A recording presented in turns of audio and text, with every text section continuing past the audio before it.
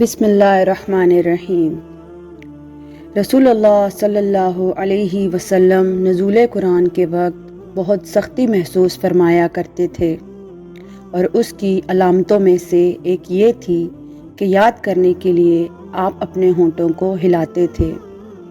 ابن عباس رضی اللہ تعالیٰ عنہ نے کہا، میں اپنے ہونٹ ہلاتا ہوں جس طرح آپ ہلاتے تھے۔ سعید کہتے ہیں، میں بھی اپنے ہونٹ ہلاتا ہوں جس طرح ابن عباس رضی اللہ تعالیٰ عنہ کو میں نے ہلاتے دیکھا۔ پھر انہوں نے اپنے ہونٹ ہلائے۔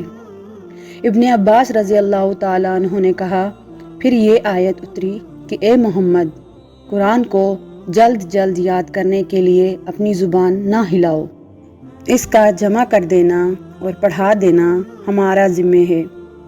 ابن عباس رضی اللہ تعالیٰ عنہ کہتے ہیں، یعنی قرآن آپ صلی اللہ علیہ وآلہ وسلم کے دل میں جما دینا اور پڑھا دینا ہمارا ذمہ ہے۔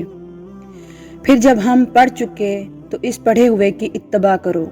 ابن عباس رضی اللہ تعالیٰ عنہ فرماتے ہیں، اس کا مطلب یہ ہے کہ آپ اس کو خاموشی کے ساتھ سنتے رہو، اس کے بعد مطلب سمجھا دینا ہمارے ذمہ ہے۔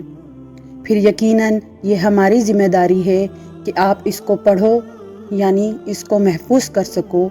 چنانچہ اس کے بعد جب آپ کے پاس جبرائیل علیہ السلام وحی لے کر آتے تو آپ توجہ سے سنتے۔ جب وہ چلے جاتے تو رسول اللہ صلی اللہ علیہ وآلہ وسلم اس وحی کو اسی طرح پڑھتے جس طرح جبرائیل علیہ السلام نے اسے پڑھا تھا۔